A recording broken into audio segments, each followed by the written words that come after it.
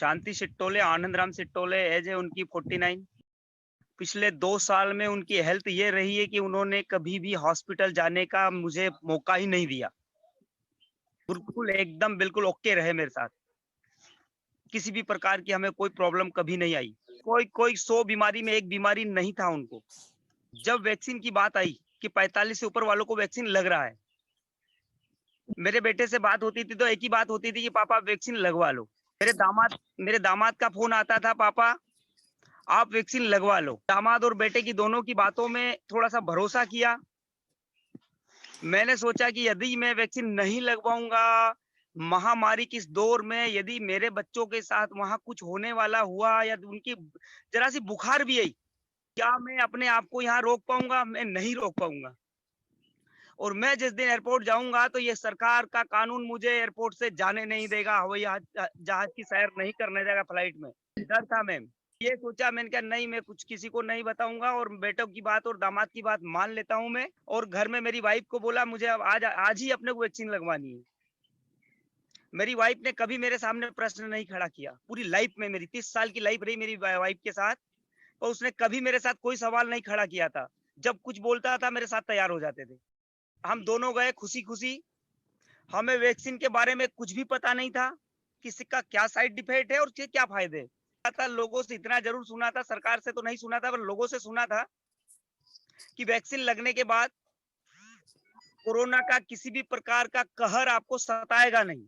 इस बातों को भरोसा करके 12 अप्रैल 2021 को हमने वैक्सीन लगवा लिया। हॉस्पिटल से डॉक्टरों ने कुछ भी नहीं बताया। वैक्सीन लगने के बाद इतना बताया कि आधे घंटे आपको यहाँ बैठना है। में वहां 1 घंटे बैठे रहे दोनों के दोनों। उसके बाद उन्होंने 2 गोलियां दी, 2 गोलियां मेरी वाइफ को दी, 2 गोलियां मुझे दी, बुखार की पैरासीटामोल। हम घर आ गए। हम लोग दिन भर का जो भी मेरा कारोबार था मैंने किया। शाम को जब रात को मेरी वाइफ को लगा रात को कि मुझे बुखार है, मैंने उनकी गोली खा ली और वापस सो गया पानी वानी पी के। मेरी बुखार उखार सब चली गई। हम 12 से 17 तारीख तक रिपेयर रहे। मेरी मम्मी को 10 तारीख को तबीयत खराब हो गई थी। 10 तारीख से मैं डेली हॉस्पिटल जा रहा था। मेरे बच्ची की तबीयत खराब थी, मेरी माँ की तबीयत खराब थी। मैं डेली हॉस्पिटल के दौर में था। इस बीच 16 तारीख को मेरी तबीयत खराब हुई। हॉस्पिटल दौड़ दौड़ के मैंने डॉक्टर साहब से, घरेलू डॉक्टर साहब से दवाई ली। मैं ठीक हो गया। 16 तारीख की रात को मेरी वाइफ की तबीयत खराब हुई। 17 तारीख को मैंने उनको इलाज चालू कर दिया। 17 तारीख के इलाज में उनका जो भी डॉक्टर साहब ने मुझे जांचें लिखी थी, मैंने अपने तरफ से जांचें करा के दी तुरंत। जांचों में उनको सीआरपी की जो जांच होती है, भी डॉक्टर के पास आदमी जाता तो सीआरपी पहले करवाता है। जहां सीआरपी का नॉर्मल का रिकॉर्ड था 6, मेरी वाइफ का रिकॉर्ड आया 3। मेरे घरेलू डॉक्टर साहब ने मेरी बहुत हेल्प की। मैं उनका शुक्रगुजार हूँ। मैं उनसे कोई शिकायत नहीं करना चाहता हूँ। उन्होंने उनका नॉर्मल इलाज चालू किया। हम 17 तारीख से 22 तारीख तक इलाज चलाते रहे। ऐसा कुछ लग नहीं रहा था कि आराम भी नहीं लग रहा था, तो ठीक भी नहीं हो रहे थे। हल्के से हाथ पैर दुख रहे थे, बुखार आ रहा था, सर्दी जुकाम हो गया था। सुबह सुबह खांसी आती थी भयंकर, और खांसते खांसते वो उल्टी करना चालू कर देते। और मैं दौड़ाते दौड़ाते ऐसे ही हॉस्पिटल ले जाता था। ऐसे ही करते करते 23 तारीख आ गया। 23 तारीख मैं दौड़ा दौड़ा घर आया। डॉक्टर साहब से फोन पे बात की, बोले जल्दी जल्दी हॉस्पिटल लाओ। मैं तुरंत हॉस्पिटल ले गया। उनके एक्सरे कराए। एक्सरे में कुछ डॉक्टर, हमारे घरेलू डॉक्टर साहब समझ नहीं पाए कि बड़े डॉक्टर का काम है, मेरे बस से बाहर है। साधना एमडी करके पगारे करके सनावद में एक डॉक्टर था, मैं उसके पास गया। उसने मुझे बताया गया, उसको मिला जब, तो उन्होंने बोला कि इनके ये केस कोरोना की तरफ जा रहा है। मैं 5 दिन का इलाज लिखती हूँ, आप इनका इलाज चलाओ, आप ठीक हो जाओगे। मैं 5 दिन का ट्रीटमेंट वहां से पूरा का पूरा लेके आ गया। 2 गोलियां उनके पास मिली नहीं। मैंने पूरे बढ़वा को छान डाला, तो भी 10 बजे तक मैंने उनको ले ली। मैंने एक भी दवाई उनको देने में कोई कंजूसी नहीं किया। फिर भी उनकी तबीयत में कोई ठीक आराम नहीं हो रहा था। उनकी तबीयत में घबराहट चल रही थी, सांस में तकलीफ चालू हो गई। 23 तारीख के बाद 24 तारीख जब आई, तो मेरे को लगा 11 बजे की फिर उनकी तबीयत ज्यादा बिगड़ी, उनकी सांस बहुत फूल रही थी। फिर मैं घरेलू डॉक्टर से परामर्श लिया। मैंने कहा मैं मैडम साधना को दिखाऊं क्या? तो बोले आनंद राम भाई, यहाँ कोई इलाज नहीं है और कोई बेड नहीं है उनके पास, इसलिए आप एक काम करो, जहां आपको बड़वा में कोई इलाज हो जाए तो वहीं कराओ। मुझे थोड़ा सा लगा। मैंने कहा मेरे बड़वा में एक डॉक्टर है सोलंकी, उनके पास ऑक्सीजन वगैरह है, और इस केसेस में ऑक्सीजन की बहुत महत्वपूर्णता है। फोन लगाऊंगा, अभी डॉक्टरों के पास टाइम नहीं है। मैं गया वहां, मैंने क्या, भैया मेरे हाथ जोड़ के रिक्वेस्ट है, मेरी वाइफ को एडमिट कर लो। उन्होंने मुझे तुरंत बोला, बोले जल्दी लेके आओ, मैं एडमिट कर लेता हूँ। 24 तारीख की रात में मैंने प्लान किया कि इनका सीटी स्कैन कराना जरूरी है। मैंने डॉक्टर को आगे से फोन लगाया, मुझे सीटी स्कैन चाहिए, तो बोले ठीक है करा लाओ। मैंने 25 तारीख में सुबह गया, कोरोना की जांच कराई, मैंने सीटी स्कैन कराया, कोरोना प्रोफाइल कराया, सारी जांचें करा के मैं वापस बढ़वा आके इनको वापस भर्ती कर दिया। इनका इलाज रेगुलर चलता रहा। इनकी घबराहट बढ़ती गई, बढ़ती गई, बढ़ती गई। सांस फूल रहा था, सांस फूल रहा था। इनकी सांस की तकलीफ बढ़ती जा रही थी। बस एक पर वो अपनी हमारी निमाड़ी भाषा में एक ही चीज बोलते थे, मैं घबरा रही हूँ, मुझे जी। घबराहट हो रही है, इलाज विलाज मेरे काम में नहीं आ रहा। मैं घबराए हुए इंदौर पहुंचा। मेरे जी। फैमिली डॉक्टरों की परामर्श से मैं इंदौर पहुंचा। इंदौर में कहीं पर भी कोई बड़े बड़े हॉस्पिटलों में जगह नहीं थी, पर उन्होंने बोला कि जो कोविड सेंटर इंदौर में जो बनाया हुआ है वो आज की तारीख में पावरफुल है। सारा वैक्सीन वहीं सबसे पहले आता है, सारा ऑक्सीजन वहीं है, वहां पर ऑक्सीजन का प्लांट है। मैं बड़ा खुश हो गया। मेरे पास कोई गाड़ी घोड़ा नहीं था, पर 4 व्हीलर गाड़ी बुलाया मैंने 5 मिनट में, वो मैं इंदौर के लिए रवाना हो गया। मैं इंदौर पहुंचा, डॉक्टर से संपर्क हुआ, मेरा काउंटर का उन्होंने नंबर दिया। मैंने उस डॉक्टर को फोन लगाया, ड्यूटी डॉक्टर को। उसने मुझे बोला कि भाई आपको थोड़ी देर रुकना पड़ेगा, बेड नहीं है। मैंने बोला कि मेरे मरीज को ऑक्सीजन की सख्त जरूरत है, उनकी सांस फूल रही है। तो बोले इतनी मदद मैं कर सकता हूँ, मैं कुर्सियों के ऊपर ऑक्सीजन लगा सकता हूँ, आप ले आओ। जी। मैंने तुरंत उनको कुर्सी पे बिठा के ऑक्सीजन चालू करवाया जी। और एक उनका वीडियो भी बनाया है, क्योंकि मुझे मुझे अच्छा ये लग रहा था कि मैं इनका वीडियो बना के मेरे बच्चों को भेज दूं तो मेरे बच्चे संतुष्ट हो जाएंगे कि मेरे पापा इलाज करा रहे। कोरोना की गोली खा रहा हूँ कि मुझे भी कोई दिक्कत ना आए। कुर्सी पे हम लोग ऑक्सीजन लगवा रहा था, मैं बैठे थे हम दोनों के दोनों। और 10 बजे मुझे आवाज आई कि भाई आपका उसको भर्ती करने का वो आ गया, बेड खाली हो गया। मतलब वहां तो क्या हो रहा था, मैम, हर 15 मिनट में एक बेड खाली हो रहा था, हर 15 मिनट में एक सफेद लिबाज मुझे बाहर जाते दिख रहा था। पर मैं इतना अंधा था, मैं इतना अंधा था कि मुझे इलाज के अलावा कुछ नहीं दिख रहा था। नेगेटिव पॉइंट जितने भी थे एक भी नहीं दिख रहा था, मुझे पॉजिटिव पॉइंट एक ही दिख रहा था कि अगर मेरी मैडम को इलाज करा सकता हूं तो मैं यहीं करा सकता हूं, क्योंकि मुझे बताया गया था कि यहाँ पूरा ऑक्सीजन है और यहाँ पर पूरा वैक्सीन है।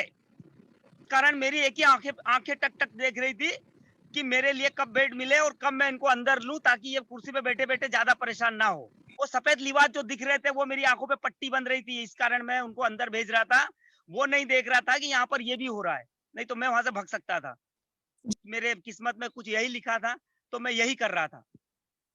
ऐसे करके मैंने उनको 10 बजे अंदर किया। फिर मुझे लगा कि इनके पास फोन नहीं है। मैं इनसे, मेरे अंकल का लड़का तुरंत आया, मेरे को एक फोन देके गया। मैंने फोन अंदर करवाया। 12 बजे जी। मैंने उनसे संपर्क किया। 12 बजे जब मैंने उनसे संपर्क किया तो उनकी आवाज बहुत बहुत ज्यादा वो गड़बड़ हो रही थी। बस एक ही चीज उनके अंदर से आ रही थी, मुझे सांस अभी भी चल रही है, अभी भी मेरी सांस फूल रही है, मुझे कोई इलाज नहीं दिख रहा है। तो मैंने जी। उनको बोला कि इंजेक्शन लगे होंगे आपको अभी? तो बोले मुझे 2 इंजेक्शन लग चुके, फिर भी मेरी सांस में कोई भी समस्या हल नहीं हो रही, मेरी जी। सांस अभी भी तकलीफ में है। मैंने सोचा कि चलो ठीक है, इसको 2 इंजेक्शन लग गए। मैंने सुना था कोरोना के 2 इंजेक्शनों का डोज लगता है। 27 तारीख की रात में मैं थोड़ा सा संतुष्ट हुआ, मैं चलो इसे इंजेक्शन तो लग गए, पर ठीक है, तब बीमारी है, हाथी के पैर से आती, चींटी के पैर से जाती, धीरे से जाएगी। मैं थोड़ा सा अपने आप को कंट्रोल कर रहा। मैं पूरी रात उसके साथ संपर्क बनाए रखा। जैसे जैसे मेरी बात होती थी एक ही आवाज आती थी अंदर से कि मेरा जी घबरा रहा, मुझे सांस फूल रही है। मैं बोलता था ऑक्सीजन तो है, तो कभी बोलते थे कि नली तक निकल गई, कोई लगाने वाला नहीं। मैं रिक्वेस्ट करता था मेरे डॉक्टरों से, भी मेरे घरेलू डॉक्टर थे, वो मेरी मदद कर रहे थे। वो वहां फोन लगाते थे किसी ड्यूटी डॉक्टर को, और जो जो जी। प्रॉब्लम होती थी वो धीरे धीरे हल होती थी। ये करते करते 28 तारीख का दिन आया। 28 तारीख में मुझे एक प्राइवेट हॉस्पिटल में एडमिशन की जगह मिल गई। मैंने सोचा कि यार यहाँ से मैं निकाल लूं। मेरे रिश्तेदारों ने मेरी बहुत मदद की, मेरे चाहने वालों ने मेरी बहुत मदद की। मैं सोचा कि इसको यहाँ से मैं निकाल लूं और अच्छे से इलाज कराऊं। तो मेरी एक डॉक्टर से धीरज वैष्णवी से बात हुई। धीरज वैष्णवी ने ये बोला कि भैया 40,000 रुपए बेड का चार्ज है। जो बेड 5,000 रुपए पर डे की किराए की हैसियत रखता था, उस बेड का वहां किराया था 40,000 रुपए पर डे। पर मैंने एक मिनट के लिए नहीं सोचा, मैंने 40,000 रुपए पर डे देने को तैयार हूँ, प्लस मेडिसिन तैयार हूँ, ऑक्सीजन प्लस तैयार हूँ। तू तो मेरे मरीज को मेरे वाइफ को वहां एडमिशन दे, तो मैं आंखों देखा हाल मेरे सामने देख सकता हूँ, उसको इलाज करवा सकता हूँ। फिर भी मेरा दुर्भाग्य था कि वो जो बेड खाली करा था, डॉक्टर ने डिस्चार्ज किया था, वो बेड एक मेडिक्लेम का था। अब उसका मेडिक्लेम क्लियर नहीं हो और वो बेड खाली नहीं हो और वो बेड खाली नहीं हो और वो मैं पैसा भर के वहां मेरी वाइफ को भर्ती नहीं कर पाऊं। ये मेरे साथ होता रहा मैम, होता रहा। उसके बाद मैंने वहां देखा था, पढ़ा था, सुना था कि 12 बजे डॉक्टर काउंसलिंग पे आते हैं।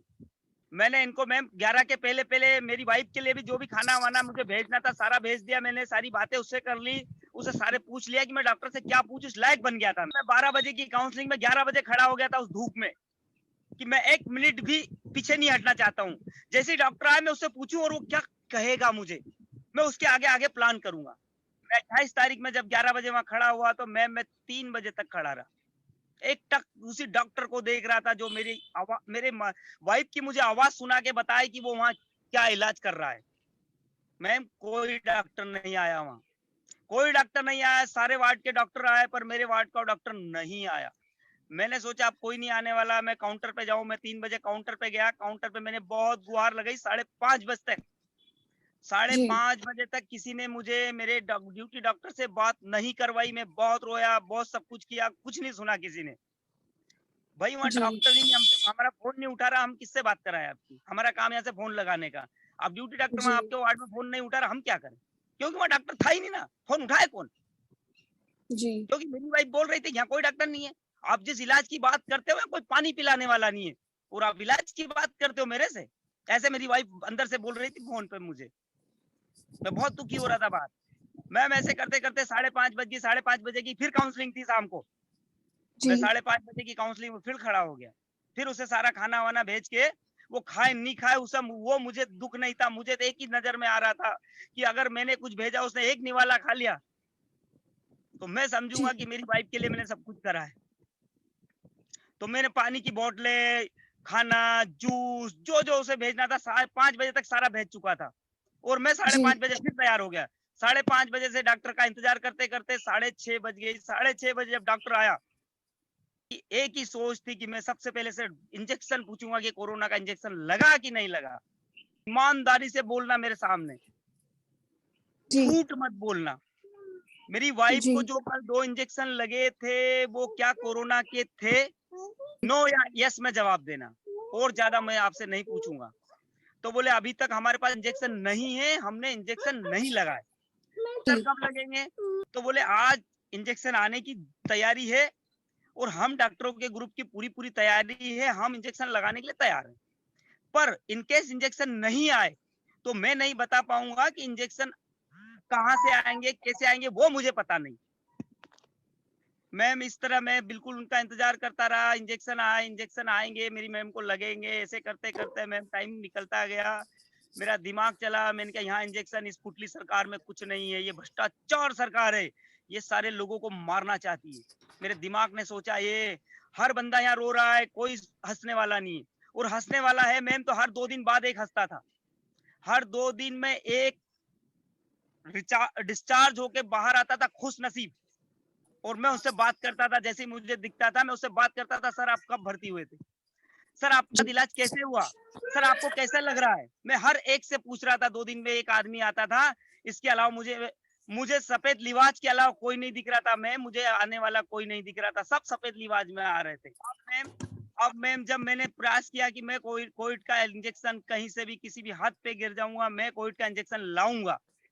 अब एक ही सोच थी मेरी कि मैं किसी डॉक्टर से लिखवाना पड़ेगा तब जाके मुझे इंजेक्शन मिलेगा, नहीं ये भ्रष्टाचार सरकार इंजेक्शन भी नहीं देगी मुझे।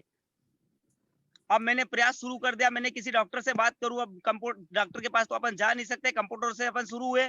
कंप्यूटर से बात करी तो बोले भैया वो जो बड़ा डॉक्टर है वो कल सुबह 9 बजे आएगा।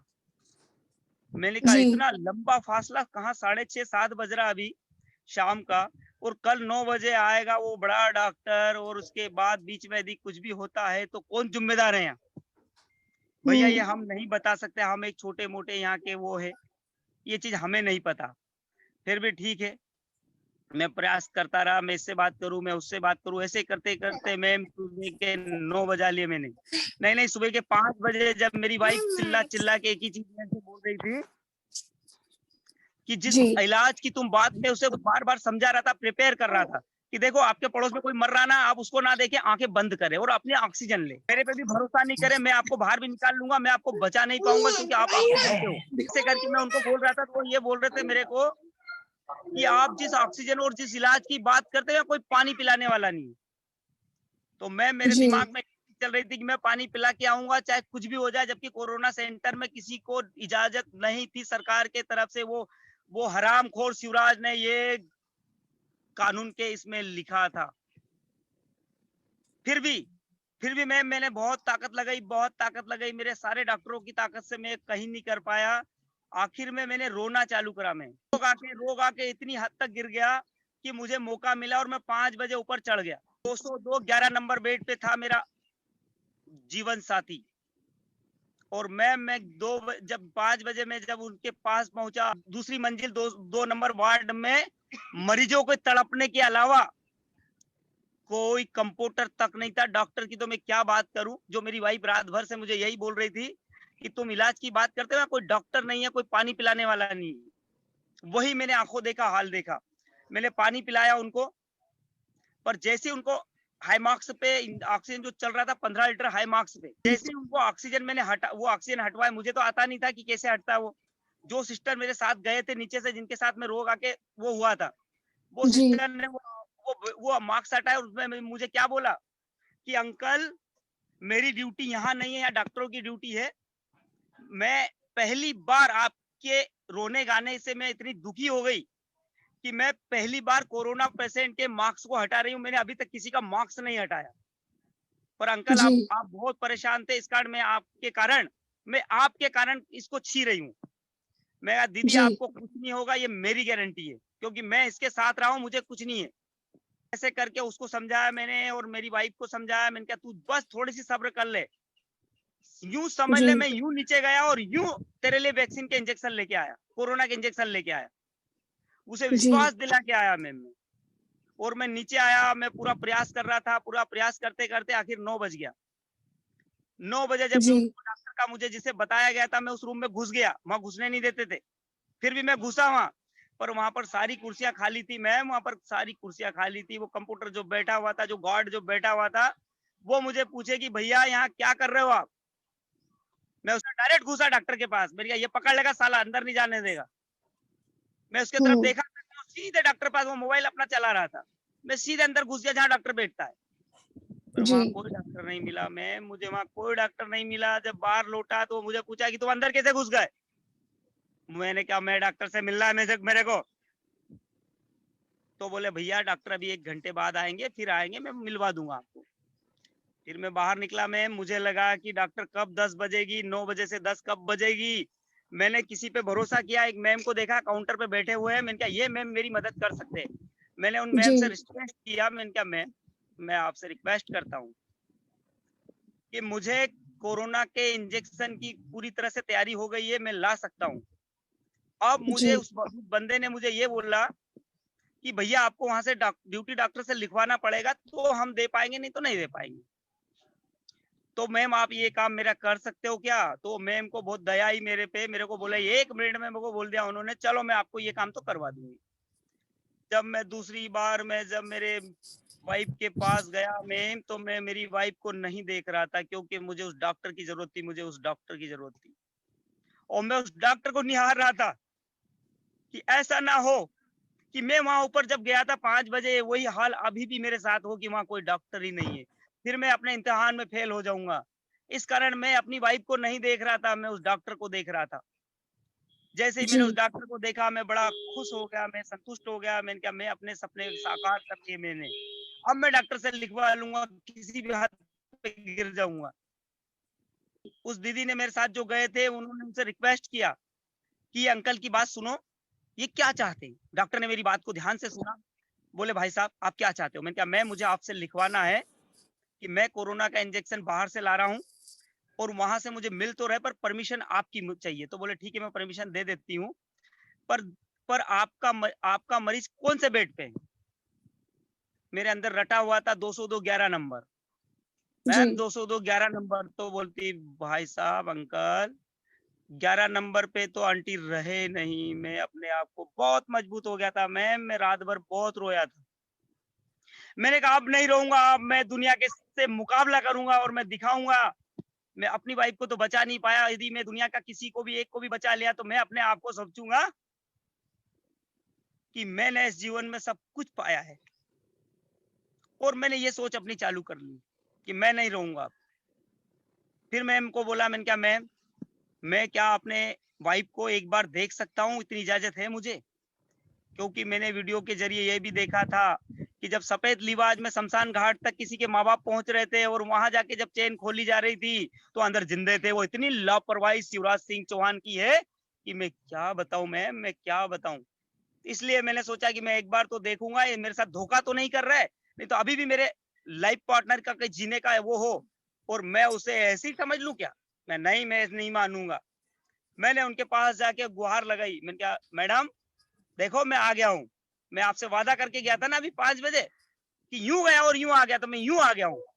और ये इंजेक्शन 6 के 6 मेरे हाथ में, मैं डॉक्टर से लगवा रहा हूँ, मेरे को एक बार जवाब दो, आंखें खोल के बताओ, आंखें खोल के बताओ। पर वो वहां हो तो बोले ना, उनके अंदर कुछ नहीं बचा था, कुछ नहीं बचा था, मैं सब कुछ लूट चुका था। ऐसे करके फिर मैं बाहर निकला। मैंने सोचा कि अब एक ही चीज बची, बस एक ही चीज बची, मैं अपने बच्चों को इनके दर्शन करा दूं तो अपना सपना साकार कर रहा हूं। फिर मैंने बड़े बड़े नेता जो थे मेरे साथ, जो शिवराज सिंह के कहीं ना कहीं पिट्टू हैं, मैंने उनको फोन लगाए। मैंने कहा साहब मेरी एक ही रिक्वेस्ट है, मैं रात भर से आपके सामने बहुत रोया पर अब नहीं रहूंगा। मेरा जीवन साथी चले गया, मैं ये आपको बता रहा हूं, मैं रहूंगा नहीं अब। पर यदि मेरी आवाज को आपको शिवराज सिंह चौहान तक भी पहुंचाना पड़े तो पहुंचा देना। मेरी वाइफ की डेड बॉडी मुझे दे देना ताकि मैं अपने बच्चों को दर्शन करा सकूं। पर उस नंगे भिखारी सरकार के पास कुछ भी नहीं था, मेरी झोली में कुछ नहीं डाला मैम, कुछ नहीं डाला। किसी भी प्रकार का कोई जवाब मुझे नहीं मिला। सबके जवाब यही थे कि शिवराज सिंह का लेख है कि इंदौर से कोई भी डेड बॉडी बाहर नहीं जाएगी। मैं अपने आप को तैयार हो गया। मैं इनके अब क्या कर सकता हूँ, मैं कुछ नहीं कर सकता हूँ, मैं अपने बच्चों को दर्शन भी नहीं करा पाऊंगा, मैं अपने आप को मेरे बच्चों के सामने कभी माफ नहीं कर पाऊंगा। पर जब वहां से निकला, जहां से फिर परमिशन मिलती है जाने की कि आप कौन से शमशान घाट जा रहे हो, वहां जब गया तो उस मालिक की इतनी दया थी, उस मालिक की इतनी दया थी, मेरे मालिक मेरे साथ थे, अंग संग थे। उनके अंदर बैठ गए, उन्होंने मुझे ये बोल दिया कि आप कहाँ ले जाना चाहते हो। मैंने कहा ले जाना तो मैं बड़वा चाहता हूँ, जहाँ मैं निवास पर रहता हूँ, पर इस खोखली संसार, इस भिखमंगी संसार ने मुझे इजाजत नहीं दी। आप दे सकते हो क्या? तो बोले अपनी मुंह पे उंगली रखो, मैं इजाजत दे रहा हूँ आपको, चुपचाप आप ले जाओ, चिल्लाओगे तो मैं भेजूंगा नहीं। मैंने कहा मैं आपका बहुत शुक्रगुजार हूँ, मैं जिंदगी भर आपका ऋणी हूँ। 2 मिनट में उनको 4500 रुपए इंदौर से बड़वा का शमशान का किराया जो वहां का होता है फुटली गाड़ी का, जो कि जी 2000 से ऊपर की इमेज नहीं रखती है, वो 2000 की इमेज का 4500 रुपए दे के आया हूँ मैं 4500 को ऐसा सोचा कि 1 रुपया भी नहीं दे रहा हूँ मैं, पर मुझे मौका मिल रहा मैं जल्द ले जाऊं। और ये सब कुछ मेरे साथ खत्म हो गया मैं सब कुछ बर्बाद हो चुका हूँ। पर मैं चाहता हूँ कि मैं तो बर्बाद हुआ ही हुआ, पर मेरे भाई, मेरे मित्र, मेरे चाहने वाले जो मुझे नहीं पहचानते, वो भी अगर इस मेरे साथ, अगर मैं उनके साथ कोई मदद कर सकता हूँ तो मैं जरूर करूंगा, आखिरी सांस तक लड़ूंगा। मैम 29 तारीख की बात है, 29 तारीख को 9:20 में सब कुछ लूट चुका था मेरा। जी पर 29 तारीख की 9:20 के बाद, अभी मान के चलो कि 3 बज रहा, 4 बज रहा, क्या बज रहा मुझे पता नहीं है, पर जी अभी तक सरकार का क्या, किसी दुनिया का कोई आ जाता मेरे हितैषियों के अलावा। पर जी मुझे ही नहीं जानकारी है तो मेरे हितैषियों को क्या जानकारी, बेचारे वही मेरी खोज खबर ले रहे हैं, वही मुझे गाइड कर रहे हैं कि आनंद राम भाई मैं आपके साथ हूँ, मैं आपके साथ हूँ। बाकी सरकार के तरफ से कोई पैगाम अभी तक नहीं आया। 29 तारीख की 9:20 के को मैं लूट चुका था, पर किसी सरकार का आदमी यदि मुझे बोल देता तो मैं उसका शुक्रगुजार होता, मैं उसका शुक्रगुजार होता, पर कोई नहीं आया। और ना मुझे अभी तक ये भी पता है कि मैंने जो वैक्सीन लगाया है, जो वैक्सीन लगा हुआ वही 12 तारीख को मेरी वाइफ को और मेरे को साथ में, मुझे उसके बारे में भी कोई जानकारी नहीं कि मैं उसके बारे में सरकार से कैसे लड़ूं, मेरी वाइफ के लिए कैसे लड़ूं और मेरे लिए कैसे लड़ूं, ये मुझे ज्ञान नहीं है सर, कोई भी जानकारी मुझे नहीं है।